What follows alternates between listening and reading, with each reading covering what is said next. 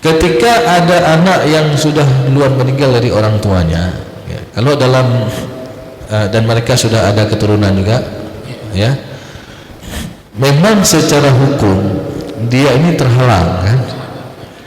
Karena kaedahnya yang dekat hubungannya dengan si mayit akan menghalang yang jauh. Tentu yang dekat ini adalah anak, akan menghalang yang jauh, cucu, ya. Jadi seperti itu. Namun di dalam surat An-Nisa ayat ke-8 disebutkan, jadi An-Nisa ayat ke-8, wa idza hadaral qismata ulul qurba wal yatama wal masakin farzuquhum minhu wa qulu lahum qawlan ma'rufa. Apabila ketika pembagian harta faraid itu ada kerabat-kerabat, ada fakir, orang fakir, ada orang miskin, farzuquhum minhu, tajuk si kurangnya, ya, tapi kasihnya secara sukarela. Wa qulu lahum qawlan ma'rufa, dan hendaklah kita berkata kepada mereka dengan perkataan yang baik. Bedakan hai drone hendak merempek le ke matah titi. Ini kan kadang-kadang menyakiti hati anak yatim. Jadi seperti itu. Jadi ini juga diberikan dengan cara ya sukarela tadi. Walaupun di dalam undang-undang pun itu sudah diatur yang namanya wasiat wajibah. Ya, wasiat yang wajib diberikan kepada cucu yang sudah duluan meninggal orang tuanya. Jadi kenapa dikatakan wasiat? Dianggap orang tuanya ini hidup, ya, yang ini hidup, ini hidup. Berapa bagian mereka? Kalau lebih daripada sepertiga nggak boleh kasih. Berarti kasih sepertiga saja, sama seperti wasiat, maksimal sepertiga. Tapi kalau kurang daripada sepertiga, maka kasih hak orang tuanya diberikan langsung kepada anak-anaknya. Ini undang-undang di Timur Tengah untuk menjaga hak anak yatim tadi, ya. Jadi seperti itu. Baik, ini sudah ya kita padai ya. Nah, kalau memang ada pertanyaan ataupun persoalan yang lain bisa ditanyakan nanti 2 minggu lagi, Pak. Ya. Atau ditulis saja. Ya, ditulis.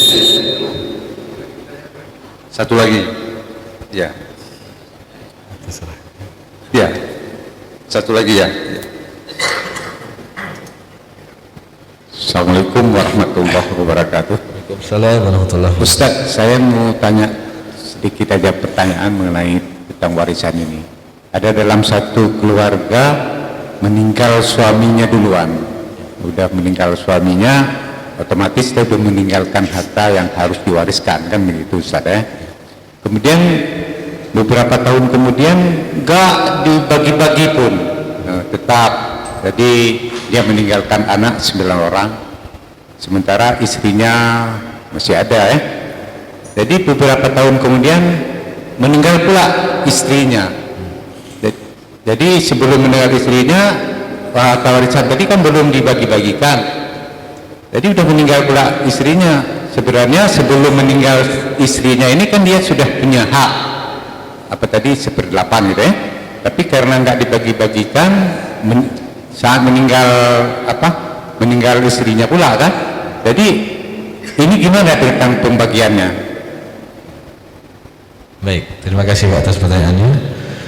Jadi ini yang banyak berlaku di masyarakat kita. Ketika ada suatu kematian, mereka menangguh-nangguhkan, menunda-nunda membagi faraid, sehingga ada di antara ahli waris yang meninggal dunia lagi. Jadi istilahnya al-munasakhat kalau dalam masalah fikih faraid. Terjadi tumpang tindih dalam masalah warisan. Jadi belum dibagi kepada ahli waris, ya rupanya ahli warisnya ini ada yang meninggal lagi, ya. Maka cara penentuannya bagaimana? Ya mungkin kalau ada anak laki-laki dan ada anak perempuan tadi sampai 9 orang, ini nggak susah, ya. Karena harta mereka semua akan beralih kepada anak-anaknya, ya. Jadi yang pertama dihitung ketika suami meninggal, ya. Tentu di sana ada hak istri 1/8, dan sisanya itu ada hak anak-anak 7/8, 2/1 laki-laki dan perempuan. Nah,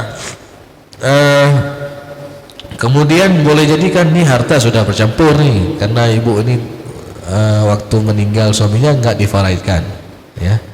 Tentu harta ini sudah bercampur, kemudian ibu ini meninggal dunia, maka ini dianggap dihitung satu saja daripada harta suami dengan harta istri, dan semua ini akan beralih kepada anak-anaknya, ya, dengan pembagian 2/1.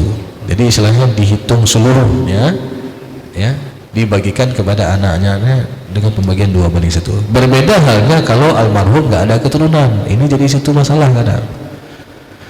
Jadi ketika suami meninggal tidak difaraidkan, lalu meninggal istri, ya, padahal di sana ketika suami meninggal ada hak istri 1/4 dari harta suaminya, dan sisanya itu ada hak saudara-saudara suami, abangnya ataupun adiknya laki-laki dan perempuan. Nah, ketika suami meninggal belum dibagi, lalu beberapa tahun kemudian meninggal istri, yang mana nanti dari pihak keluarga istri akan tanya kan, dulu waktu meninggal suaminya kemana nih harta, kok nggak dikasih kepada adik kami misalkan istri ini, padahal di sana ada hak dia 1/4, yang mana nanti itu ketika kan harta istri bertambah, ya, ketika istri meninggal kan akan diperoleh oleh saudara-saudara istri ini kalau tidak ada keturunan, ya. Jadi yang rentan jadi masalah itu ketika, ya, tidak ada keturunan, nanti boleh jadi dari pihak keluarga istri dengan pihak keluarga suami. Tapi dari kasus yang Bapak tanyakan tadi, kalau anaknya semua ada 9, ya, maka ini dianggap satu saja daripada harta ayah dan ibunya tadi, lalu langsung dibagikan kepada anak-anaknya.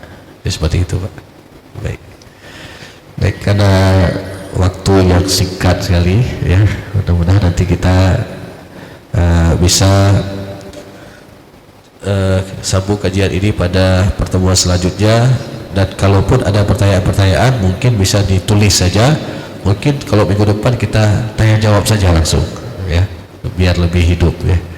Ya, mungkin ini saja yang dapat saya sampaikan, lebih dan kurang saya mohon maaf. Aqulu qouli hadza wa astaghfirullah li wa lakum wa lisa'il mu'minin. Wassalamualaikum warahmatullahi wabarakatuh.